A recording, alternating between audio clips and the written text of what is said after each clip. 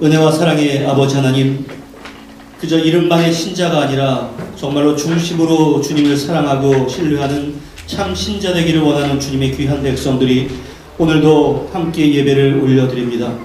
예배당에서 모여드리는 예배나 각 가정에서 드리는 그 예배나 하나님께서 임재하셔서 하나님을 느끼며 하나님과의 깊은 교제가 있는 예배되도록 주여 함께하여 주시옵소서. 예수님의 이름으로 기도하옵나이다. 아멘. 교동문 19번 시편 32편입니다. 허물의 사함을 받고 자신의 죄가 가려진 자는 복이 있도다. 마음에 감사함이 없고 여호와의 정죄를 당하지 아니하는 자는 복이 있도다. 내가 입을 열지 아니할 때에 종일 신음함으로 내 뼈가 쇠하였도다. 주의 손이 죄악을 나를 누르시오니 내 죄에 빠져서 여러분을 몸에 발을 같이 하였나이다. 주께 내 죄를 아뢰고 내 죄악을 숨기지 아니하였더니 또 주께서 내 죄악을 사하셨나이다. 이로 말미암아 모든 경건한 자는 주를 만날 기회를 얻어서 주께 기도할지라. 진실로 홍수가 범람할지라도 그에게 미치지 못하리라. 주는 나의 은신처이오니 환난에서 나를 보호하시고 구원의 도로 나를 주시리이다. 너희 의인들아 여호와를 기뻐하며 즐거워할지어다. 마음이 정직한 너희들아 다 즐거이 외칠지어다. 아멘. 전능하사 천지를 만드신 하나님 아버지를 내가 믿사오며 그 외아들 우리 주 예수 그리스도를 믿사오니 이는 성령으로 잉태하사 동정녀 마리아에게 나시고 본디오 빌라도에게 고난을 받으사 십자가에 못 박혀 죽으시고 장사한 지 사흘 만에 죽은 자 가운데서 다시 살아나시며 하늘에 오르사 전능하신 하나님 우편에 앉아 계시다가 저리로서 산자와 죽은 자를 심판하러 오시리라. 성령을 믿사오며 거룩한 공회와 성도가 서로 교통하는 것과 죄를 사하여 주시는 것과 몸이 다시 사는 것과 영원히 사는 것을 믿사옵나이다. 아멘.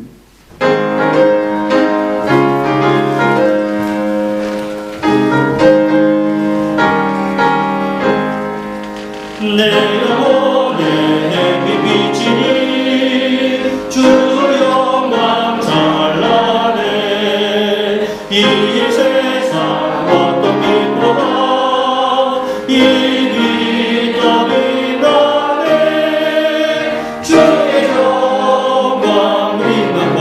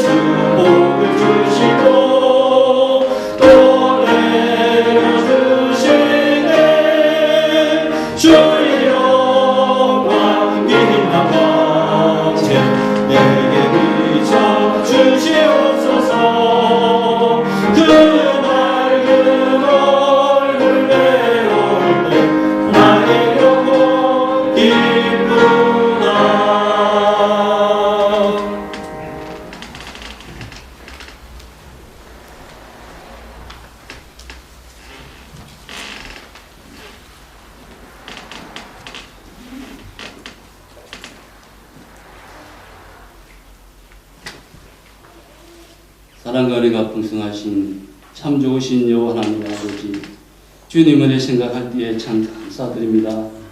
저희들을 특별히 사랑하사 수많고 많은 사람들 가운데 하나님 자녀로 선택해 주시고 오늘도 거룩하고 복된 날 주님 전에 모여서 신령과 진정으로 예배드리게 하시니 진심으로 감사드립니다. 이 시간 우리에게 믿음을 다하여 주시고 언제 어디서나 온전한 마음으로 하나님만 향하게 하시어서 힘있는 능력과 분능을 다하여 주시며 저희들이 이 세상 살 때에 그리스도인으로서의 향기를 아름답게 풍김으로 말미암아 이 세상이 더욱 아름다워지게 하여 주시기를 원합니다. 오늘도 이 시간 주님 앞에 예배드리며 이 자리에 나온 사랑하는 성도들에게 각양의 은혜와 은사와 축복으로 충만케 채워 주시옵소서. 약한 자를 강하게 만들어 주시고 슬픔을 당한 자에게 위로하여 주시며 신앙으로 힘들어하는 성도에게 말씀 가운데 변화되게 하여 주시고 실망의 성도들을 희망의 성도들로 변화되게 하여 주시옵소서. 특별히 성도들 가운데 병든 자와 코로나로 인하여 힘들어하는 모두에게 만병의 의사 되시는 주님의 손길을 치료하여 주시고 성도들 가정에 근심 걱정으로 힘들어하는 성도들에게 모든 것이 회복되는 역사가 일어나게 주님 도와주시옵소서. 참 좋으신 주님, 지난 한 주간 살면서 알고 모르게 치은죄 주님 앞에 고백합니다. 주님 용서하여 주시옵소서. 특히 저희들은 좋은 일이 있을 때는 저희가 잘해서 잘된 것 같이 생각하고 좋지 않는 일이 있을 때는 주님을 원망하며 어리석은 생각을 했음을 주님 용서하여 주시옵소서. 주님께서는 죄 없는 저희들을, 죄 많은 저희들을 구원하시기에 골고다 언덕을 걸어가신 것을 다시 생각하며 우리가 죄의 고난을 가슴 깊이 묵상할 수 있도록 인도하여 주시옵고 사순절 기간을 통해 주님과 조금 더 가까워지고 주님의 십자가를 바라보고 살아가는 저희들이 되게 하여 주시옵소서.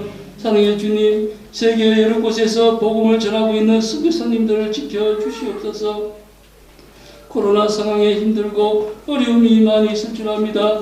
우리 주님께서 항상 붙들어 주시고 도와주시기를 원합니다. 특별히 저희가 후원하고 있는 선교사님들을 기억하여 주시고 그 가족들을 보살피시며 함께하는 모든 일들 가운데 하나님의 은혜가 가득하고 특히 선교지 가지 못하고 있는 선교사님을 기억하시고 하루속히 모든 상황들이 종식되어서 선교지에 복음의 씨앗이 많이 뿌려져서 귀한 열매 맺는 선교지가 되게 주님 도와주시옵소서. 주님 간절히 바라옵기는 지금 세계 곳곳에서 좋지 않은 일들이 많이 일어나고 있습니다. 러시아, 우크라이나와 전쟁으로 많은 사람들이 사망하고 좀처럼 끝나지 않는 가운데 있습니다.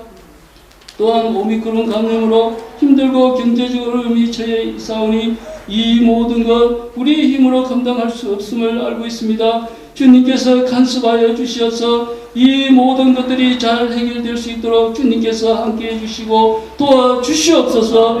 이 시간 하나님 말씀을 전하시는 장지현 목사님을 붙들어 주시사 하나님 말씀을 능력 있게 선포하게 하시고 그 말씀이 살아서 우리의 육과 영과 관절과 골수를 찔러 쪼개는 역사가 있게 주여 인도하여 주시옵소서. 이 예배를 통하여 저희 모두가 교회의 머리 대신 그리스도의 지체임을 다시 확인하는 귀한 시간 되게 하시고 성경 중심 사랑 공동체로 더욱 굳게 하시고 그리스도 안에서 형제 자매됨을 인하여 진정 기뻐하며 하나님께 감사와 영광을 돌리게 하여 주시옵소서. 4월 한 달도 주님께 맡깁니다. 성도 모두 건강 지켜주시고 승리의 삶을 살아가게 해주실 줄 믿사오고 살아계신 예수 그리스도로 감사 기도드리옵나이다. 아멘.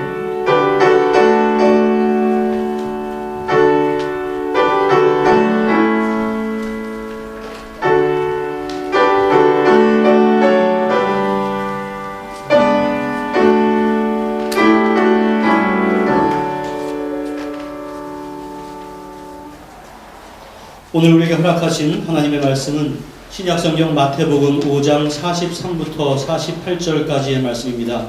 신약성경 5장 43에서 48절까지의 말씀 신약성경 제7면에 있습니다. 교독하겠습니다.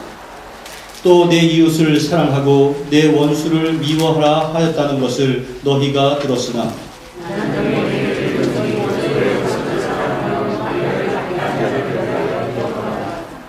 이같이 한즉 하늘에 계신 너희 아버지의 아들이 되리니 이는 하나님이 그 해를 악인과 선인에게 비추시며 비를 의로운 자와 불의한 자에게 내려주심이라.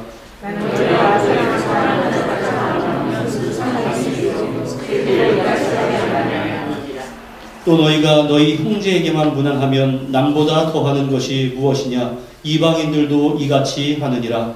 그러므로 하늘에 계신 너희 아버지의 온전하신 것 같이 너희도 온전하라. 아멘. 기도하겠습니다. 사랑의 아버지 하나님, 하나님이 온전하신 것처럼 우리도 온전하기를 바라는 그 하나님의 마음을 오늘 배우기를 원합니다. 그 뜻대로 살아가는 것이 힘들다 할지라도 포기하는 것이 아니라 오늘 말씀을 잘 배우게 하시고 그 뜻대로 순종하며 살아가는 성도 되도록 은혜 가운데 함께하여 주시옵소서. 예수님의 이름으로 기도하옵나이다. 아멘.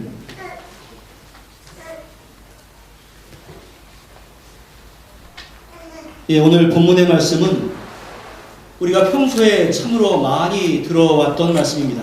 그것은 너희 원수를 사랑하라 라고 하는 예수님의 명령입니다. 한번 따라해 주십시오. 원수를 사랑하라. 원수를 사랑하라. 아주 근사하죠. 정말로 너무나 훌륭하게 들리고 얼마나 매력적인 말씀인지 모릅니다. 하지만 나에게 원수로 여겨질 수 있는 그러한 사람이 없을 때는 이 말씀이 참으로 아름답고 훌륭하게 여겨질 수도 있겠지만 실제 원수로 느껴지는 사람이 나의 주변에 현실적으로 존재한다면 그것은 따르기 불가능한 이러한 말씀 같습니다. 왜냐하면 원수를 사랑한다라고 하는 것은 정말로 어려운 정도가 아니라 정말 솔직히 말씀드리면 내가 사실 그렇게 하고 싶지 않기 때문에 그렇습니다. 사랑은커녕 저 원수를 내가 갚아야 내 직성이 풀릴 것만 같습니다. 우리 주님께서 원하시는 삶이 정말로 어렵다라고 하는 것을 우리는 인정합니다. 그러나 주님께서 이러한 말씀을 주셨을 때 그 말씀 지키는 거 어려우니까 너희들은 포기하여라 이러한 의미로 우리에게 말씀을 주셨겠습니까? 그렇지 않습니다. 우리 인간의 본성으로는 그 뜻대로 살아가는 것이 정말로 힘들지만 그렇기 때문에 성령 하나님의 도우심을 의지하면서 더욱더 열심히 그 뜻대로 살고자 하는 노력이 필요하다라는 것을 우리 주님께서는 우리에게 반복해서 말씀을 해주시는 겁니다. 그러므로 오늘 본문의 말씀은 그래 예수님께서 우리에게 이렇게 말씀하셨지라고 우리가 그냥 머릿속으로 아는 것으로 그치는 정도가 아니라 주 예수 그리스도의 말씀으로 우리가 진지하게 받아들이기 위해서는 무엇보다도 나 자신에게 적용하는 마음으로 이 말씀을 받는 자세가 요구됩니다. 다른 사람을 용서하지도 못하고 때로는 별것 아닌 것처럼 보이는 일에도 쉽게 분노하는 사람을 우리가 볼 때가 있습니다. 그런 사람들을 보면서 왜 저 사람은 저 모양이지? 라고 하면서 여러분들 쉽게 판단하지 마시기를 바랍니다.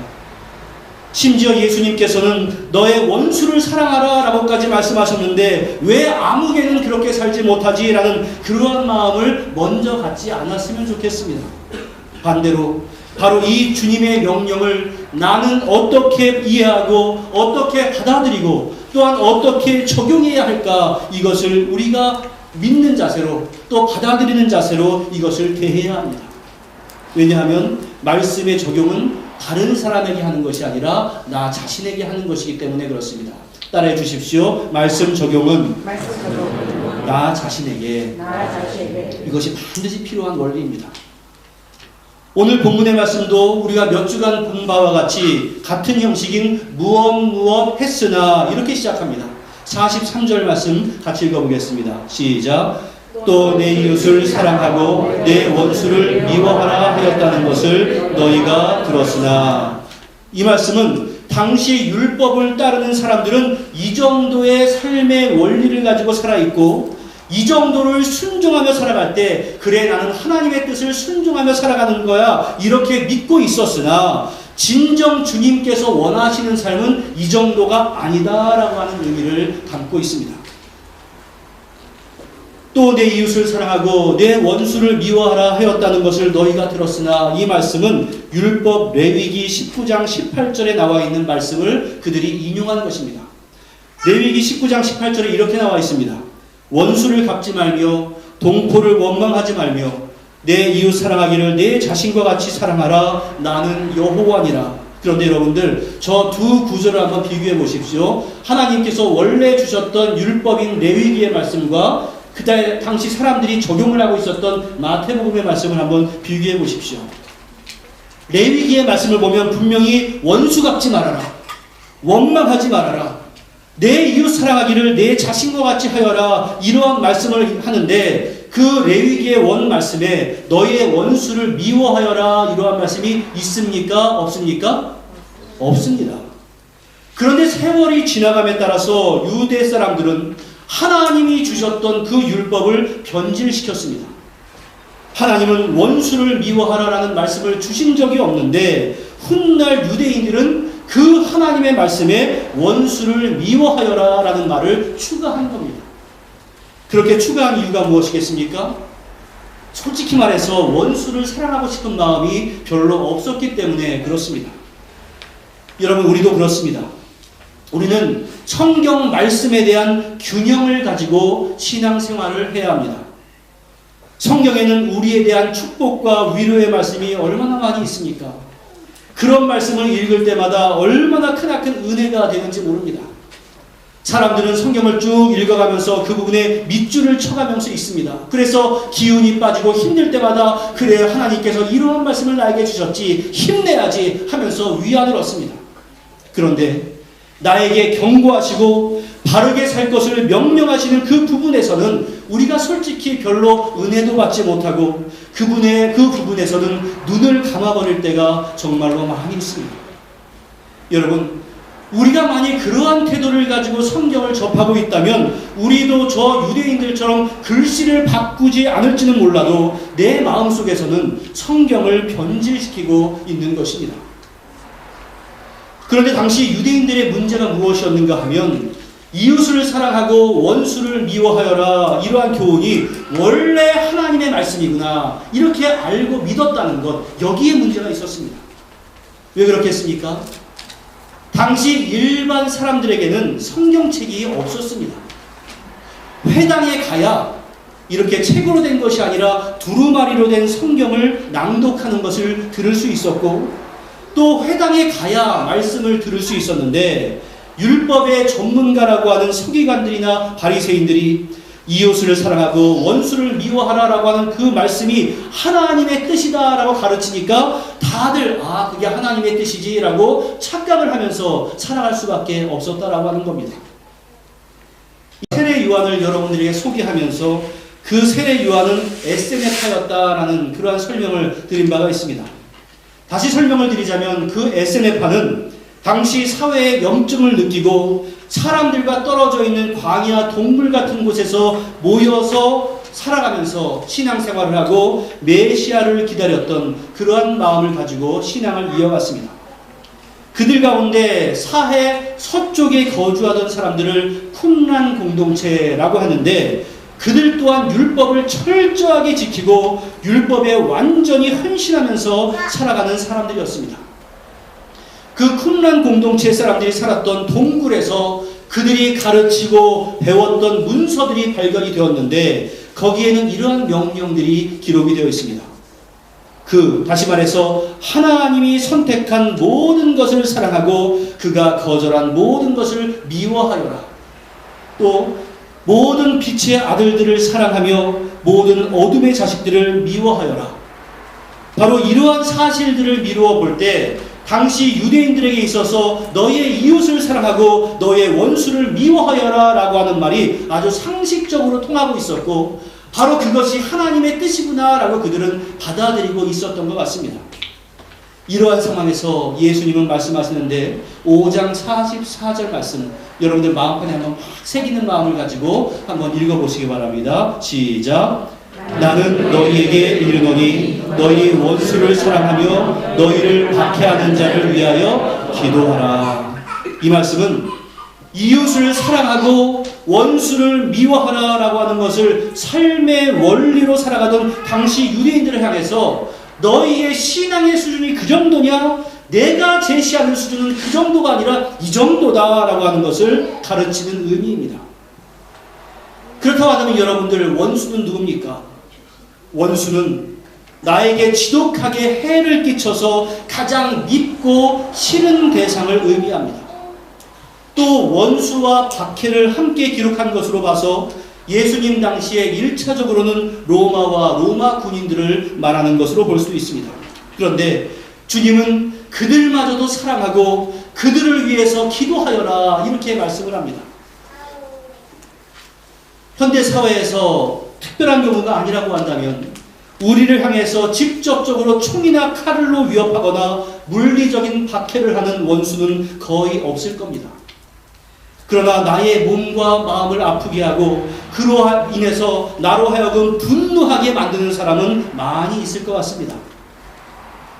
사람과의 관계 속에서 가장 분노의 마음이 생겼던 때는 언제였는가, 이러한 설문조사를 한 적이 있습니다. 그 결과가 이렇게 좀 나와 있습니다. 동료로 생각했던 동종업체에서 자신에 대해서 이유 없는 비난의 말을 퍼뜨리고 다닐 때 분노가 차올랐다라고 하는 사업가의 이야기가 있었습니다. 정말로 허물없는 친구로 여기고 속마음을 다 털어놓았던 친구가 여기저기에서 나의 험담을 한다는 소식을 들었을 때 말할 수 없이 괴로웠다라는 이야기도 들었습니다. 직장의 사장이나 상사가 부당한 대우를 하면서 자존심을 상하게 할 때, 내가 가장 사랑하는 배우자 또는 부모가 자신의 자존감을 짓밟을 때 등등의 답변이 있었습니다. 이러한 것을 보니까 나의 마음을 가장 아프게 하는 사람은 내가 전혀 알지 못하는 멀리 있는 사람이 아니라 평소에 가장 가까이 있는 사람이고, 그러한 사람이 또한 가장 원수가 될 수도 있겠구나, 이러한 것을 알 수 있습니다. 그렇기 때문에 원수를 사랑하라 라는 이 말씀을 처음 들을 때는 나에게 무슨 원수가 있겠는가 라고 생각하지만, 정말로 멀지 않은 곳에 특별한 대상이 아니라 할지라도 어떤 특별한 계기가 생기게만 하면 바로 그 사람과 나 사이는 원수가 될 수도 있다는 것을 우리는 생각을 해야 합니다. 여러분들에게 있어서 그러한 대상이 누구입니까? 한번 생각해 보시기를 바랍니다. 생각만 해도, 그 사람 생각만 하면 분노가 치밀고, 내 마음 가운데서는 절대로 그 사람은 용서할 수가 없고, 다른 사람은 다 이해해도 그 사람은 이해할 수 없는 그 사람이 누구인가 한번 이 시간에 여러분들 곰곰이 생각해 보시기를 바랍니다. 그런데 우리 예수님은 바로 그러한 사람들마저도 사랑하라라고 말씀을 하십니다. 왜냐하면 율법의 근본 정신은 사랑이고, 원수 사랑은 예수님의 교훈의 극치이며, 사랑의 왕이신 예수님께서 친히 자신의 몸으로 실천해 주셨기 때문에 그렇습니다. 율법의 정신은 사랑입니다. 사랑하게 되면 우리가 이전 앞 본문에서 봐왔던 것처럼 사랑하게 되면 분노하거나 형제에게 미련한 놈이라고 욕하는 일은 없을 겁니다. 사랑한다면 간음도 없을 것이고, 사랑한다면 거짓 맹세도 복수도 없을 겁니다. 예수님은 그 율법의 원래 정신을 성취하시면서 율법의 목표를 최고의 수준까지 확장시켰는데, 바로 그것이 원수에 대한 사랑이었습니다. 물론 내가 그 사람을 사랑한다고 해서 그 원수가 회개하고 마음을 돌이키는 것은 아닙니다. 내가 저 사람을 이해하고 사랑하고 품어 안아줬더니 그 사람이 그래 정말로 내가 잘못했구나, 미안해, 이것은 정말로 가장 좋은 시나리오지만 그러한 일은 우리 사이에 별로 일어나지 않습니다. 어쩌면 그 사람이 나를 얕잡아 보면서 더욱더 악하게 행할 수도 있습니다. 그러나 지난주에 설교에서 말씀드린 바와 같이 그런 것에 대한 해결은 내가 하는 것이 아니라 우리 주님께서 해주시는 겁니다. 물론 그렇게 살아가는 것이 쉽지 않습니다. 이렇게 설교하고 있는 저도 그렇게 하지 못하면서 여러분들 앞에서는 잘난 척하면서 원수를 사랑하자라고 말씀을 전하는 것이 정말로 송구스럽기도 하지만, 그것이 바로 우리 신자들에게 요구하시는 것이기 때문에 제가 정말로 부끄럽지만 전하는 것이고, 다시 한번 이 말씀을 준비하는 가운데 나의 마음을 돌아보면서 다시 한번 나의 마음을 다지는 기회가 되기도 했습니다. 그런데 여러분들, 여기서 오해하지 말 것이 있습니다. 원수를 사랑한다라고 해서 그의 잘못된 행위까지 용납하여라, 그가 하는 것은 다 받아들여라 이러한 의미는 아닙니다. 요한일서 2장 15절의 말씀을 보면 이 세상이나 세상에 있는 것들을 사랑하지 말라. 누구든지 세상을 사랑하면 아버지의 사랑이 그 안에 있지 아니하니 라고 했습니다. 여기서 세상은 하나님 나라와 의를 추구하지 못하도록 방해하는 세속을 말합니다. 하나님을 계속해서 대적하는 세속의 권세, 그리고 그 배후에 있는 사탄마저도 우리가 사랑할 수는 없습니다. 주께서 원수를 사랑하라 라고 하신 그 말씀은 바로 사람들에 대한 자세입니다. 죄는 미워해도 사람은 미워하지 말라 이러한 말이 있습니다. 들어보셨습니까? 그런데 그것이 정말 현실적으로 어렵습니다. 그 죄를 짓는 사람은 바로 저 사람, 아니 저놈인데 어떻게 저놈이 밉지가 않겠습니까? 그러나 주님은 그것에 대해서 구분하기를 원하십니다. 자신을 십자가에 못 박고 있는 바로 그 사람들을 보면서 우리 예수님께서 아버지, 저 사람들을 용서하여 주시옵소서. 자기들이 도대체 무엇을 하는지 저 사람들은 모르고 있습니다 라고 기도할 수 있었던 이유가 무엇입니까? 바로 저 사람들의 행위가 올바르지 못하고 그들의 행위는 죄다라고 하는 것을 지적하지만 그 죄를 행하고 있는 그 사람들에 대해서는 안타까움이 있었습니다. 우리도 마찬가지입니다. 원수의 잘못된 행위까지도 잘못된 행위까지도 다 받아들여라 이러한 것이 아닙니다.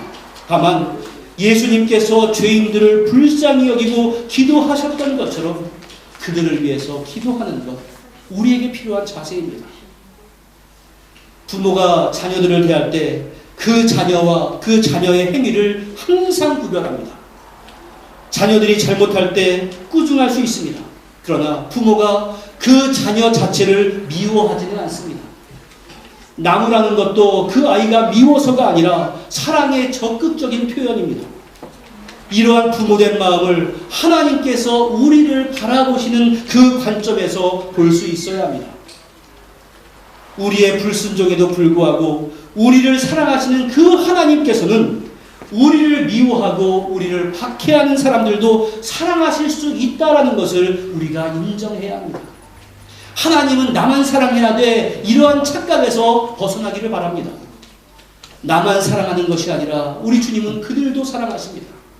그래서 악한 사람이나 선한 사람이나 모든 태양빛의 은혜를 누리고 있는 것이고 의로운 사람이나 불의한 사람이나 모두 동일한 비의 혜택을 누리면서 살아가는 것입니다. 그러한 하나님의 마음을 우리가 기억하지 않고서는 우리는 절대로 원수를 사랑할 수도 없고 그 원수를 위해서 기도할 수도 없을 겁니다. 이러한 자세와 마음가짐을 가지고 원수를 위해서 기도하는 것이 바로 원수를 사랑하는 그 하나의 구체적인 모습입니다. 하지만 아까 말씀드린 바와 같이 원수와 원수 짓을 분리해서 대하는 것은 쉬운 일이 아닙니다. 바로 그 일을 한 자가 바로 그 사람인데 그 사람을 사랑하는 것이 어떻게 쉽겠습니까? 그런데 원수를 사랑하라고 하셨을 때 예수님께서는 조건 없는 사랑을 의미하는 아가페라고 하는 단어를 사용하셨습니다. 하나님께로부터 내가 받은 그 아가페의 사랑을 아는 사람만이 원수를 사랑할 수 있습니다. 만약 하나님께서 오래 참으지 않으시고 하나님께서 온유하지 않으셨다면 우리 가운데 그 어떤 사람도 구원받지 못했을 겁니다. 돌아보면 우리는 하나님 앞에서 원수 같은 존재였습니다. 우리의 허물과 죄로 말미암아서 미움을 받아야 마땅했습니다. 그러나 하나님께서는 우리를 긍휼하게 여기셨고 조건 없는 사랑을 베풀어 주셨습니다. 우리의 죄를 예수님께 담당시키시고 그분의 의를 우리에게 전가시켜서 우리를 의롭다고 하셨습니다. 그래서 나는 자랑할 것 아무것도 없었지만 하나님은 우리를 불쌍하게 여기시고 우리를 구원해 주셨습니다. 게다가 우리는 그러한 은혜를 입은 그 이후에도 하나님의 백성답게 살지 못할 때가 정말로 많이 있습니다. 그럼에도 불구하고 하나님은 여전히 우리에 대해서 참고 또 참으시면서 온유를 베풀어 주셨습니다. 주님은 우리에게 일반적인 감정과 배치되는 명령을 하셨습니다. 여러분들, 그 근거가 무엇인지 아십니까? 바로 45절에 나와 있습니다. 같이 읽습니다. 시작. 이같이 한즉 하늘에 너희 아버지의 아들이 되리니. 이같이 한즉, 다시 말해서 원수를 사랑하고 박해하는 자를 위해서 기도한즉, 이 말입니다. 원수를 사랑하는 것이 하나님의 아들로서의 모습이기 때문에 우리는 그렇게 살아가야 합니다. 이 아들이라고 하는 것은 그저 신분을 의미하는 표현이 아니라 성품이나 속성을 의미하는 것을 많이들 성경에서 표현했습니다. 예수님은 성격이 아주 급하고 불같은 야고보와 요한을 뭐라고 불렀는지 아십니까? 우레의 아들, 다시 말해 천둥의 아들이다, 이렇게 불렀습니다. 바나바는 위로의 아들이다, 이렇게 불렀고, 가룟 유다는 멸망의 아들이라고 성경에 기록이 되어 있습니다. 그리고 사도 바울은 데살로니가전서 5장 5절에서 너희는 다 빛의 아들이요 낮의 아들이다 라고 말씀을 했고, 같은 원리로 하나님의 자녀가 된다라고 하는 것은 하나님의 성품을 닮아가는 존재가 된다는 것을 의미하는데, 오늘 본문에서 하나님은 그것을 사랑의 성품이다라고 제시하고 있는 것입니다. 우리는 이와 비슷한 내용을 산상수훈의 시작인 마태복음 5장 9절에서 볼 수 있었습니다. 화평케 하는 자는 복이 있나니 그들이 하나님의 아들이라 일컬음을 받을 것이요. 우리 주님께서는 하나님의 아들의 조건으로 화평케 하는 자로 제시하고 있고, 오늘 본문에서는 원수를 사랑하고 박해하는 자를 위해서 기도하는 것을 제시하고 있습니다. 이렇게 원수를 사랑하는 것은 하나님이 우리에게 요청하신 하나님의 화평에 우리가 참여하는 것이며, 바로 그리할 때 우리는 하나님의 영광을 세상 가운데 드러내는 것이고, 바로 그러한 것이 빛과 소금의 역할을 감당하는 것입니다. 그런데 여러분들, 주님은 이러한 말씀을 하고서는 아주 중요한 말씀을 덧붙였는데, 저는 이 46절과 47절을 아주 중요하다고 여깁니다. 여러분 같이 한번 읽어보겠습니다. 시작. 너희가 너희를 사랑하는 자를 사랑하면 무슨 상이 있으리요? 세리도 이같이 하느니라. 또 너희가 너희 형제에게만 무난하면 남보다 더하는 것이 무엇이냐? 이방인들도 이같이 아니하느냐. 요즘 한국에서 정치인들의 화두 가운데 최고가 소통이라고 하는 단어에 있습니다. 그런데 제가 최근에 어떠한 언론인의 칼럼에서 정치인들의 소통에 대해서 비판하는 글을 읽은 적이 있습니다. 그 내용을 요약하자면, 정치인들은 자신은 소통을 잘 한다고 생각하는데 그 면면을 잘 살펴보면 자기 주변의 사람들과 그 사람들과만 소통을 잘한다, 이러한 겁니다. 그러다 보면 어떠한 문제가 생기냐면, 자신은 항상 나는 소통을 잘하는 사람이야 이렇게 생각하지만 자기의 생각과 반대하는 사람과는 오히려 더 견고한 성을 쌓게 된다, 이러한 칼럼의 내용이었습니다. 여러분은 그것에 대해서 어떻게 생각하십니까? 이것을 사랑에 적용을 해봐도 동일합니다. 나는 다른 사람을 정말로 사랑해, 나는 다른 사람들을 잘 돌봐줘, 이렇게 스스로 생각하는 사람이 있다고 한번 가정을 해봅시다. 그런데 잘 보면 자신에게 잘 대해주는 사람만 사랑하고 자신을 잘 무난해 주는 사람만 무난합니다. 주님은 그런 사람이 사랑이 많은 사람이라고 평가해 주실까요? 그렇지 않습니다. 주님은 너희를 사랑하는 자를 사랑하는 것은 세리도 할 수 있다, 너희 형제에게만 무난하는 것은 이방인들도 할 수 있다, 이렇게 말씀합니다. 여기서 세리나 이방인들은 유대인들이 죄인으로 여겨서 상대도 하지 않는 그러한 사람들입니다. 여기서 특별히 세리나 이방인들을 특정하기 위함이 아니라 너희가 가장 죄인이라고 여기는 그러한 사람들이라 할지라도 그 정도의 사랑은 할 수 있다. 그것은 누가 못하겠느냐? 너희가 신자라면 그것을 넘어서야 하지 않겠느냐? 이러한 뜻입니다. 여러분들, 이 말씀에 여러분들 스스로를 한번 잘 비춰보시기를 바랍니다. 우리가 우리를 사랑하는 사람만 사랑한다면, 그리고 나와 가까운 사람들만 무난한다면, 여러분들 그것은 사랑이 아닙니다. 죄인도 할 수 있는 것이고 심지어 짐승도 할 수 있는 겁니다. 자기에게 먹이를 잘 주는 짐승도 주인이 집으로 들어오면 얼마나 반기는지 모릅니다. 우리 신자가 그 정도 수준이 되었어야 하겠습니까?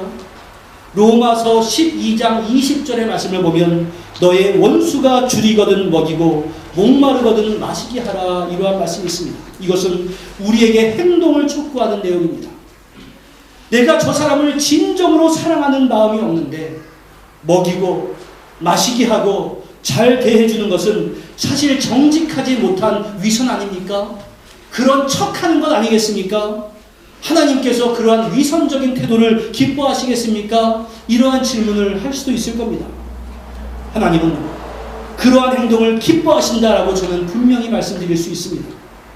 성경 그 어디를 봐도 원수가 회개한 이후에 잘 대해주어라, 이러한 말씀이 없습니다. 그 사람이 여전히 원수지만 그를 향한 긍휼의 행동을 우선적으로 하라는 겁니다. 그것이 바로 하나님께 칭찬받을 만한 일입니다. 그리고 그렇게 할 때 저 사람이 바뀌는 게 아니라 내 마음이 점차 변합니다. 전에는 저 사람이 정말로 믿기만 했는데 그 사람을 불쌍히 여기는 긍휼의 마음이 생깁니다. 내 마음이 먼저 변하기를 바라고 내 마음이 변해야 행동할 수 있다라고 여기는 사람은 평생 나 사랑하는 사람, 내 가족만 챙길 줄 아는 사람이 되지 주님께서 원하시는 사람은 절대로 행할 수가 없습니다. 그저 자신 해주는 사람만 사랑할 수밖에 없는, 예수님께서 경계하고 경고하셨던 너희 그렇게 살면 안 된다, 그런 사람에 지나지 않는 사람이 될 것입니다. 바로 이것을 우리는 주의해야 합니다. 이제 주님은 48절의 말씀으로 마감하는데 이 말씀 우리 같이 읽음으로 마감하겠습니다. 시작. 그러므로 하늘에 계신 너희 아버지의 온전하신 것 같이 너희도 온전하라. 이 부분은 단지 오늘 본문의 마감이 아니라 신자들이 당시 율법을 잘 지킨다고 하는 서기관이나 바리새인들과 달라야 한다라고 말씀하셨던 5장 전체에 대한 그 결론의 부분입니다. 서기관과 바리새인들은 율법을 문자적으로 잘 지키는 것으로 말미암아 자신들의 의의를 지켰습니다. 내가 얼마나 하나님의 뜻을 잘 따르는 줄 아나? 그러나 주님은 신자들은 그 율법의 이면에 담겨있는 하나님이 기뻐하시는 정신을 생각하면서 순종해야 한다고 가르쳐 주셨습니다. 그래서 신자들은 세상과 비교할 수 없는 삶을 살아야 할 것을 말씀하시고는 그 수준은 하나님이 온전하신 것처럼 신자들도 온전해야 한다, 이것이었습니다. 사실 오늘의 본문의 말씀을 비롯한 산상수훈의 가르침은 우리가 너무나 잘 알고 있는 말씀입니다. 그러나 잘 아는 것에 비해서 순종하기 위해 별로 노력하지 않는 말씀이기도 합니다. 그 수준이 너무나 높기 때문에 그렇습니다. 하지만 주님은 우리 성도들이 이러한 사람이 되기를 원하십니다. 그리고 명령하십니다. 왜 명령하시겠습니까? 그냥 가만히 두어도 내 성품대로 살면은 저절로 사라지는 것은 별로 명령할 이유가 없습니다. 그것이 힘들기 때문에 명령을 하는 겁니다. 전쟁을 할 때 적군이 앞에 있을 때 지휘관은 돌격 앞으로 하라고 명령을 합니다. 왜 명령합니까? 명령을 하지 않으면 쏟아지는 그 포탄과 총알 때문에 무서워서 앞으로 나아가지 못하기 때문에 그렇습니다. 그러나 그 성품을 넘어서기 위해 명령하는 것처럼 우리 성품은 다른 사람을 미워하고 나에게 잘 대해주는 사람만 사랑할 수 있는 그러한 성품이기 때문에 너희들은 그렇게 해서는 안 된다라고 명령을 하신 것입니다.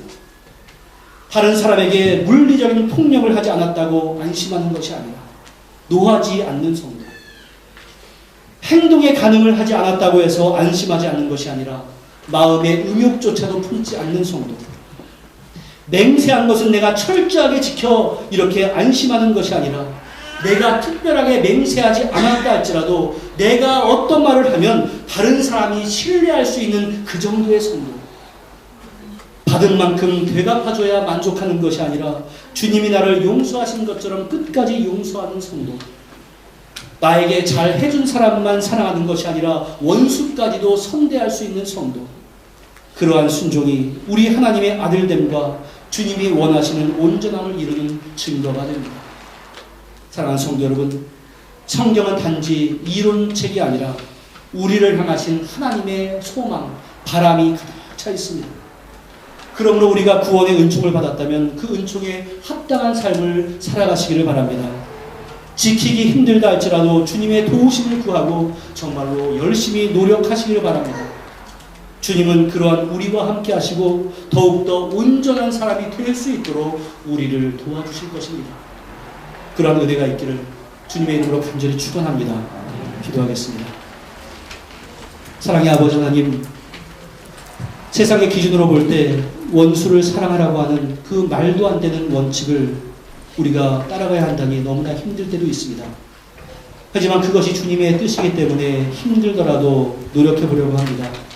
하나님 지혜 주시고 또 우리에게 마음 가운데 주님의 뜻을 순종하고자 하는 열심도 주시고 그 가운데 내 마음이 근본적으로 변할 수 있는 그러한 긍휼도 허락해 주셔서 하나님이 온전하신 것처럼 나도 온전하게 살아가는 그러한 축복의 사람이 될 수 있도록 도와주시고 바로 그것이 하나님의 아들됨의 증거라고 말씀하셨으니 우리가 하나님의 자녀로서 마땅히 그렇게 살아갈 수 있도록 주여 도와주시옵소서.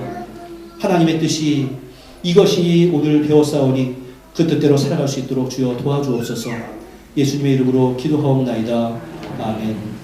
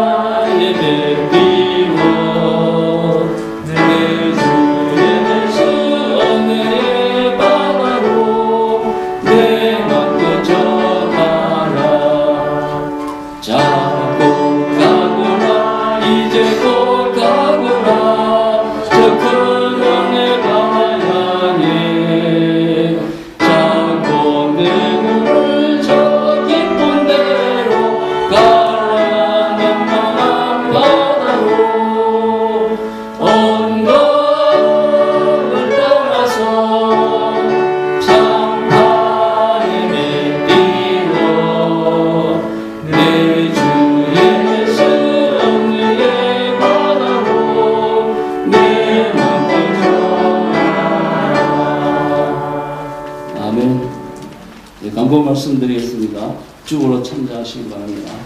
오늘 처음 오신 분이나 은총에 방문하신 모든 분께 주님의 이름으로 환영합니다. 또한 마음을 정하시는 대로 등록해 주시면 감사하겠습니다. 또 특별한 강구가 있을 때까지 수요 예배는 가정 예배로 드리겠습니다. 또 QR코드 스캔 의미는 해지되었습니다. 백신 패스 관련 사항은 추후에 강구드리겠습니다. 또한 신호등 시스템 레드 단계는 계속됩니다. 오렌지로 변화가 있을 때까지 교회 운영에서 큰 변화가 없습니다. 또한 중고등부 청년부 수련회 일정이 아래와 같습니다. 미리 일정을 조절해 주시고 성도 모두 기도해 주시기 바랍니다. 일시와 장소는 주보로 참조하시기 바랍니다. 또한 4월 한 달 동안 수고하실 예배 유형은 아래와 같습니다. 현금위원, 안내위원 쪽으로 참조하시고 충성으로 봉사하시기 바랍니다. 또한 세금 정산을 위한 기부금 확인서가 필요하신 분들은 신청서를 재정부에 제출해 주시기 바랍니다. 4월 행사 안내를 보시면 4월 10일 주일은 종료주일로 지킵니다. 또 4월 17일 주일은 부활주일로 지킵니다. 4월 행사 안내를 보시고 기도해 주시기 바랍니다. 이상입니다.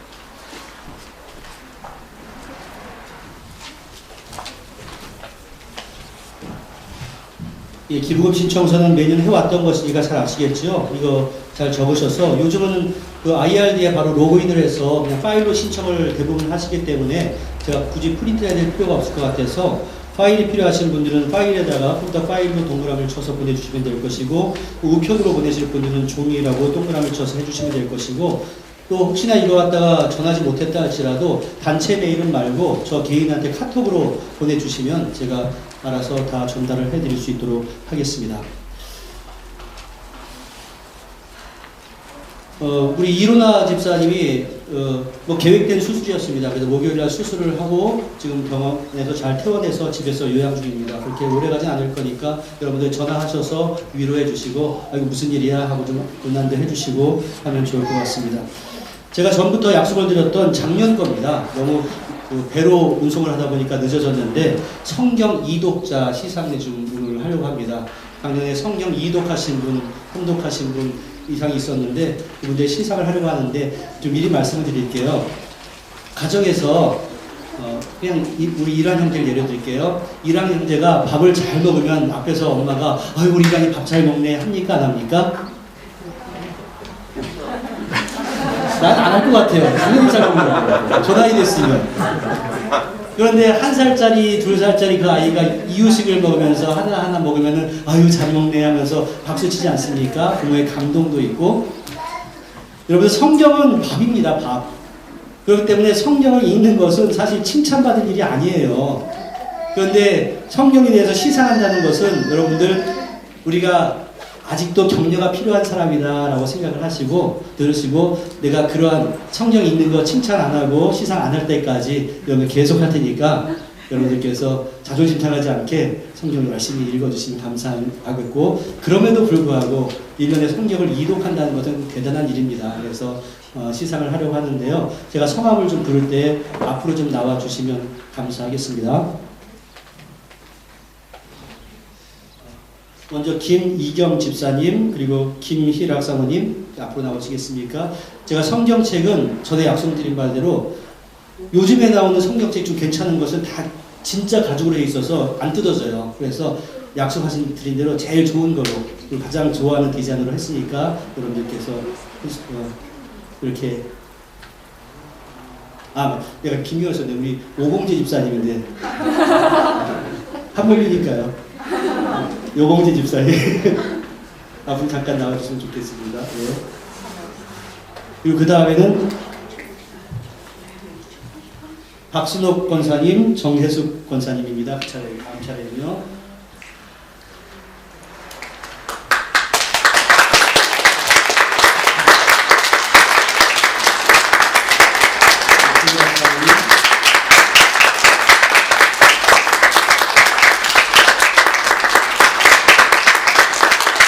박순옥 권사님.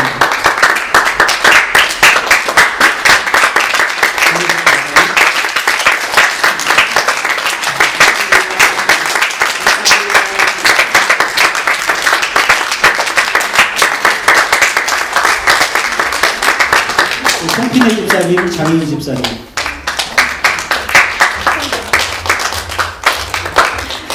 정말 쉬었다 치시래요. 뭐 다 모두들 감동스럽지만 우리 오봉재 집사님 그 투병하는 가운데서도 그렇게 열심히 읽어주셔서 감사했고 이 두 분은 또 출산하고서 앞도 잘 안 보일 텐데 노력해 주셔서 정말 고맙습니다.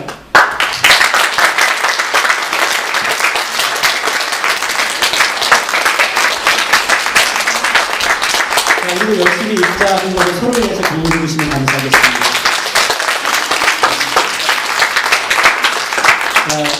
올해도 이독자는 시상을 할 건데요. 제가 돌아보니까 맨날 받는 사람만 또 받아요. 그래서 앞으로는 이미 받으신 분은 안 하고 안 받으신 분들 중에서 이동이 있으시면 항상 저한테 말씀해 주시면 기쁜 마음으로 이렇게 시상하도록 하겠습니다. 우리 감사의 제목 함께 나눌까요? 범사에 감사드립니다. 온 가족 잘 이겨내게 하신 감사드립니다.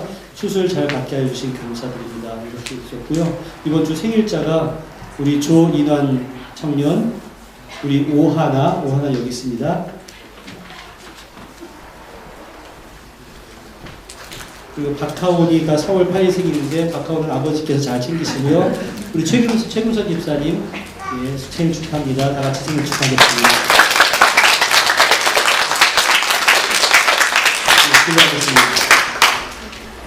은혜와 사랑의 아버지 하나님, 이 귀한 주일에 우리가 예배 드림이 감사의 제목입니다. 귀한 예물을 바쳐드립니다. 이 물질 가운데 함께 해주시고 성도들에게 물질적인 복을 허락해 주시고 또 그것을 바르게 사용할 수 있는 지혜도 허락해 주셔서 하나님의 귀하고 아름다운 은총이 성도와 성도의 가정에 넘쳐날 수 있도록 은혜를 더하여 주시옵소서. 예수님의 이름으로 기도하옵나이다. 아멘. 예, 자리에서 일어나셔서 주변의 분들과 인사 나누겠습니다. 반갑습니다. 편안하셨습니까? 예, 건강하셨습니까? 이렇게 뵐 수 있는 게 얼마나 감사한지 모릅니다. 그래서 또 확진됐다가 다 회복돼서 오시는 분들 조금씩 계시는 거고 여러분들 건강하시길 빕니다. 함께 참여하겠습니다.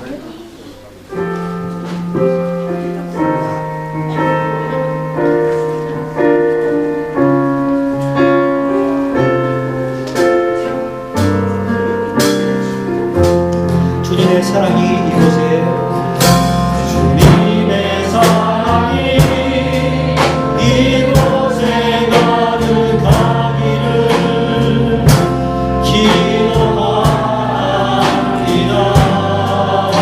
주님의 평화가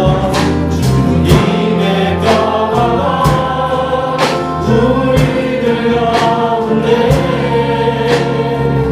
있기를 원합니다.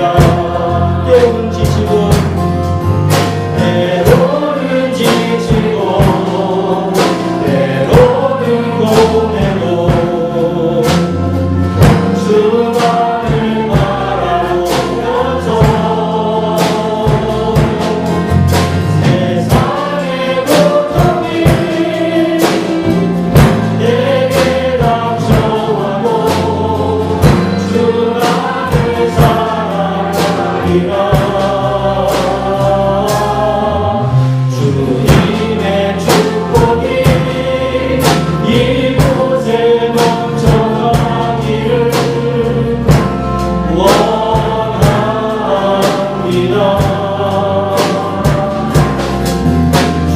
주님의 사랑이 이곳에 가득하기를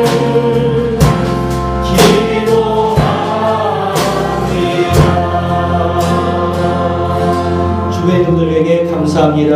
사랑합니다. 축복합니다. 네, 가장 더 일어나시길 바랍니다. 네, 기도하겠습니다. 사랑의 아버지 하나님, 주님의 은총을 날마다 사모하는 주님의 귀한 자녀들에게 주님의 은혜를 더하여 주시옵소서.